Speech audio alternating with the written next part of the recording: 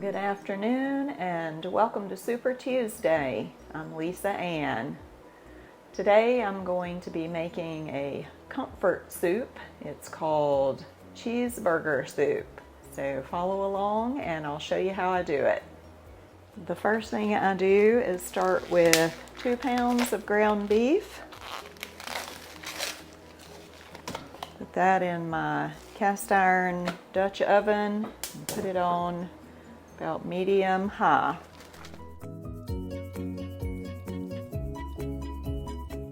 The ground beef has browned, so I'm going to remove it. And I'm going to drain the fat. I'm going to toss in a half a stick of butter and saute my vegetables. Half a cup of celery, half a cup of chopped carrot, and 1 cup of chopped onion.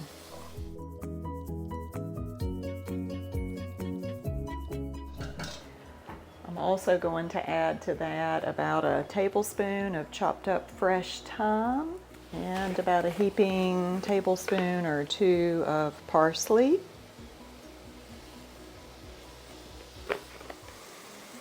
Teaspoon of salt and about a half a teaspoon of pepper.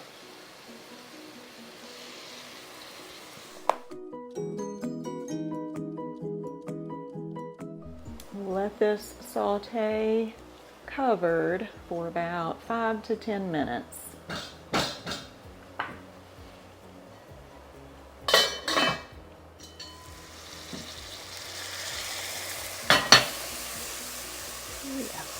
Okay, the veggies are tender. The next step is to add the beef back in. And I've got about a quart of diced potatoes.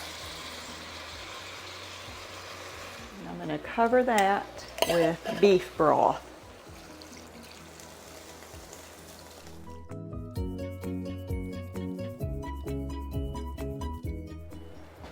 Alright, so the idea now is to let this come to a boil and boil it for about 15 to 20 minutes until those potatoes are tender. So while we're waiting, I'm going to go to my Bible and do a very quick study on comfort food in the Bible. I am so often amazed at the Word of God. So it just came to my mind today to do a study on comfort from the Word of God and comfort food, because that idea is found in the Scriptures. The first time the word comfort is found in Scripture has to do with Noah. It's in Genesis 5:29. Noah's name means comfort. Verse 28, Lamech lived 182 years and begat a son, and he called his name Noah, saying, This same shall comfort us concerning our work and toil of our hands, because of the ground which the Lord hath cursed. So you might think, what a pleasant name to be named comfort. But there's a theme in Scripture that God takes comfort in pouring out wrath because His justice is satisfied. So there's a couple of verses to take a look at there. And I'm not going to go over this. I'm just going to give you these verses and encourage you to compare those. It's in Ezekiel chapter 5 and verse 13. And of course, read the whole chapter. And then in Ezekiel chapter 31 and verse 16, where people are taken down to hell and comforted with water, much the same as Noah's flood, and it may be in reference to the same event. Just interesting thing about the word comfort. Genesis chapter 18 verse 5. Verse 1 it says, And the Lord appeared to him, that is to Abraham. So there are 3 visitors described. Verse 2, Abraham lifted up his eyes and looked, and lo, 3 men stood by him. So they're later described as angels, but one of them is the Lord himself. So Abraham says to them, let a little water, I pray you, be fetched, and wash your feet, and rest yourself under the tree, and I will fetch a morsel of bread, and comfort ye your hearts. So that's the first instance where we see food being offered to someone as a comfort. And then the second incident, which is very similar actually, is in Judges chapter 19 and verse 5. In the story in Judges, it's quite a complex story, and I won't try to relate all that, but a Levite comes and visits in the land of Benjamin, and an old man takes him into his house. And in verse 5, it says, it came to pass on the 4th day, when they arose early in the morning, that he rose up to depart. And the damsel's father said unto his son-in-law, comfort thine heart with a morsel of bread, and afterward go your way. It's almost the exact same phrase that Abraham spoke to the angels that visited him. And the interesting thing about these two scenarios is they both happen before sodomy occurs. And I would just encourage you to go read those yourself. Genesis chapter 18 and Judges chapter 19. There's one other reference to comfort food, and that's found in Song of Solomon, chapter 2, and we'll start in verse 3. I'll just read verse 5 for right now. It says, stay me with flagons, comfort me with apples, for I am sick of love. Not meaning I'm sick of love, but I'm love sick, if you understand the language of the time. But to be comforted with apples. And that opens up a whole nother Bible study that could take a whole nother day to do, but it is interesting to compare that with verse 3, as the apple tree among the trees of the wood.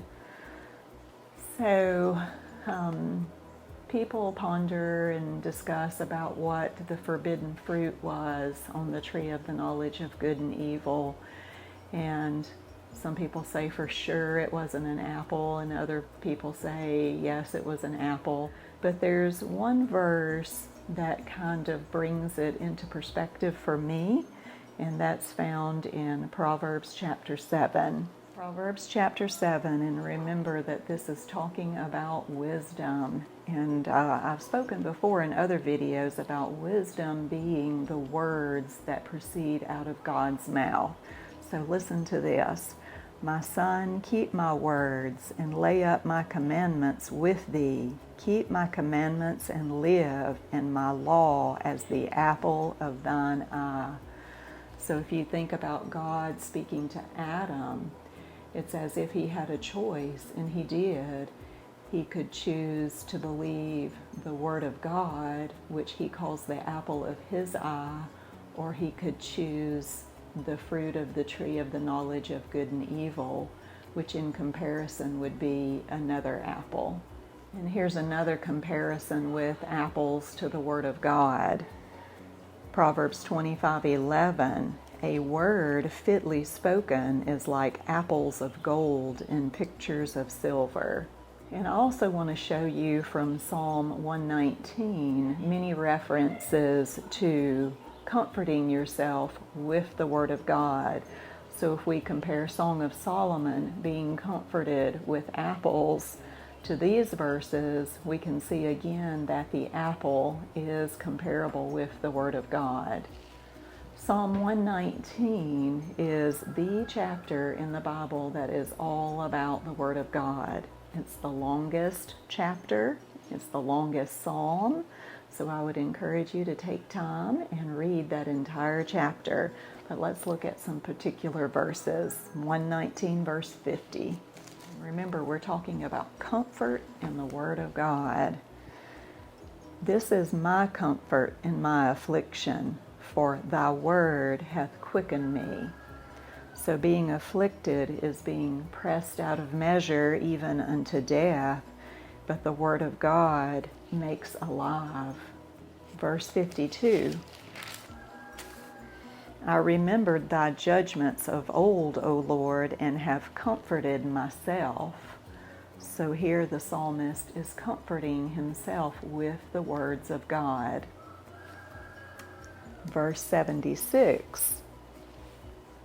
Let, I pray thee, thy merciful kindness be for my comfort according to thy word. And then verse 82. Mine eyes fail for thy word, saying, when wilt thou comfort me? Now let's finish by looking at what Apostle Paul has to say about comfort. Romans chapter 15 and verse 4. For whatsoever things were written aforetime were written for our learning, that we through patience and comfort of the Scriptures might have hope. So again, there's comfort in the Word of God. 1 Corinthians 14:3. But he that prophesieth speaketh unto men to edification and exhortation and comfort. So a person who is prophesying, and in this context it means teaching. So when you go to church, hopefully your pastor is teaching and speaking the Word of God, and that will be to you edification. It'll make you grow. Exhortation, it'll fill you with courage and comfort. And the last one, 1 Thessalonians chapter 4. These verses are about our rapture, which is so wonderful. And that starts up in verse 13. And I'll just encourage you to go read that. But I'll read verse 17. We which are alive and remain shall be caught up together with them in the clouds to meet the Lord in the air, and so shall we ever be with the Lord. Verse 18, wherefore comfort one another with these words. Again, the words of God are our comfort. So you probably know how often the Word of God is compared to bread, and how Jesus himself is called the Word of God and the bread of life. So I hope that kind of comes together today in what I've been trying to show you here. If you'll continue to stick with me, we'll go finish up the soup. All right, those potatoes are tender. So one of the things that I'm going to do to thicken the soup a little extra is I'm going to take about a heaping tablespoon of arrowroot in a bowl. I add a little cold water to this, whisk it up a little bit to dissolve the arrowroot, and add that into the soup. I'm going to go ahead and turn the soup off and add the other half of the stick of butter, about a cup of sour cream, and 2 cups of shredded sharp cheddar cheese. Stir it until the butter melts and the sour cream and cheese are melted and incorporated. You can see how thick and hearty a soup it is, and how comforting it would be on a cold, rainy day. Let's do a tasting.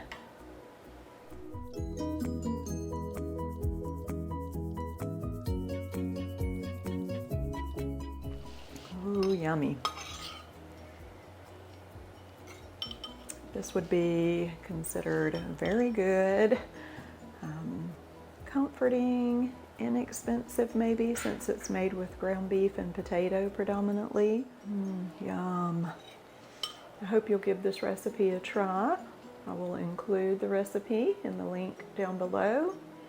And also I'm going to put in the description box the Bible verses that I talked about today, because I don't want you to ever take my word for it. I would love for you to pick up your Bible and check those out for yourself. Thank you for watching, and I'll see you next time.